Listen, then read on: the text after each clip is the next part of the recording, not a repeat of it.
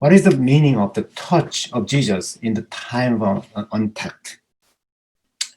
The corona pandemic is challenging and changing the whole world to make the public health as top priority. In order to prevent the spread of the virus, the vast majority of global citizens have recently made a habit to maintain social distancing, which is designed to make lesser or non-contact with others in daily life, not to mention religious life. In this situation, we may beg a question. What is the meaning of divine touch or just touch in a touchless society? This essay wrestles with the meaning of healing by dint of divine touch in the time of untact, which safety is believed to be guaranteed only through the sheer lack of contact with others.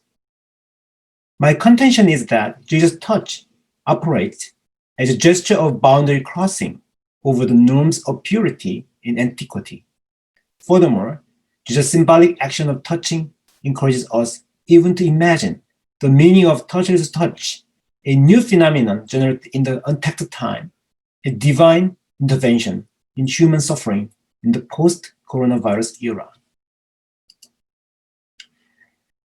Now, we can think about divergent understanding of touch in philosophy and religion. This is a quote from Candy Gunther Brown. The sense of touch is foundational to human, indeed to all animal, experiences and influences religious life.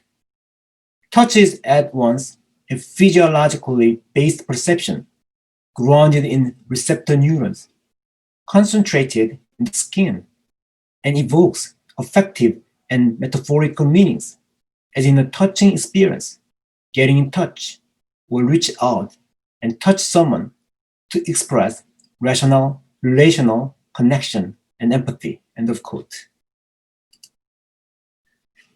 What's the meaning of touch in Western philosophy? Western philosophy has a long-standing tendency to denigrate sense per se in the process of seeking the truth, with the conviction that it is unceasingly liable to change and is by no means as truthful as it seems. For instance, in the ancient Greek philosophy, Plato casts aspersions on senses on the ground that they are in nature mendacious and fallacious. In a similar vein, Aristotle goes even so far as to set up the hierarchies of senses in a way that places the sense of vision at the highest level and that of touch at the lowest level. It is important to remember that touch is often placed at the bottom in the philosophical thinking. What is the meaning of touch in religion? On the contrary, touch in the realm of religious thinking can be differently construed as a modus operandi to heal those suffering from illness. As noted earlier, touch serves to communicate to the others, conveying their emotions. Especially when people experience agony in the course of life, touch becomes a crucial medium for the other to express her empathetic feeling for them. Furthermore, touch is also believed to be a means to elevate suffering in the process of healing.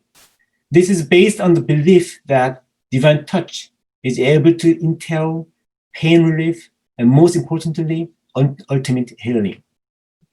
It should be kept in mind that we can also find the hierarchy of the senses even in religion, which is somewhat distinguishable from that in philosophy. For instance, hearing as a way of hearing the word of God can be held to be more important than any other senses. Yet, the key point is that touch was deemed to be an important way of communication between divine and human beings in early Christianity. Taken together, it is ironic to state that touch, the sense of which is considered as the most effective in philosophical thinking, plays a vital role in revealing the willingness for God to participate in human sufferings with a view to generating the power of healing. Let us think about Jesus' healing touch through boundary crossing in Mark's Gospel. In this section, I will delve into the episode that relate to the event of Jesus' touch and that of Jesus being touched in the Markan Gospel. The first episode concerns Jesus' healing of the leper, begging him to cleanse his leprosy.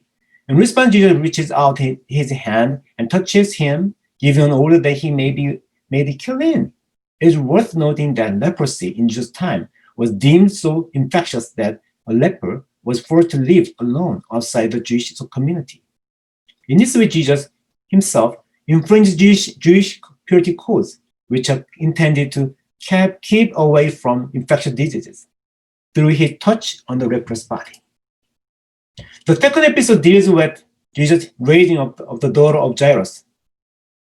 Aware that his daughter is on the verge of death, Jairus asks Jesus to come and lay his hands in order that she may be saved and live. From this, it follows that Jairus already knows the healing effect of Jesus' touch before his encounter with him. It is interesting to observe that Jesus does grasp the dead body of Jairus' daughter to raise her from death. Remember that touching a corpse was considered to contribute Jewish purity code in antiquity for religious and unquestionably hygienic reasons. The third episode involves Jesus' restoration of a deaf man. It is shocking to see Jesus putting his fingers into his ears, spitting, and touching his tongue. Jesus adamantly crosses over the physical demarcation between himself and the deaf man by dint of his unrestrained touch. No doubt, Jesus does not care about any potential contamination for the sake of his open ministry. The fourth episode recounts Jesus' cure of a blind man at Bethsaida. Jesus is requested to touch the blind man for the sake of the recovery of sight. As in the second episode, the healing power of Jesus by touch must have been well known to people at Bethsaida. What is interesting is that Jesus puts his saliva to the eyes of the blind man, laying his hands on him. Seen from the Jewish perspective, it would be a default action to apply one's own emission to someone else's body in accordance with ritual purity. The final episode is described the healing of a hemorrhaging woman by her touch on Jesus' clothes. In marked distinction from the rest of the episode, Jesus is stealthily touched by a woman. It would be astonishing to the reader to detect that even touching the clothes had the power to heal the ill.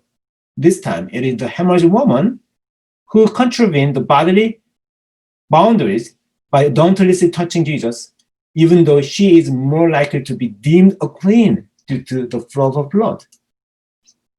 All things considered, it is remarkable that Jesus healed the sick by his touch alone, and what is more, had the audacity to violate Jewish purity code in his healing ministry. The end result is that he breaks down social and cultural barriers between the sick, the healthy, between the pure and the impure, between the imprivileged and the marginal in first century Jewish society. In this regard, Jesus can be seen as a boundary breaker in the Markan healing episodes. Conclusion. What are the implications of Jesus' touch? It is through his touch of healing that Jesus breaks down social and cultural barriers between pure and impure, between man and woman, between the wealthy and the poor, between the privileged and the marginalized, in order to create a more inclusive society.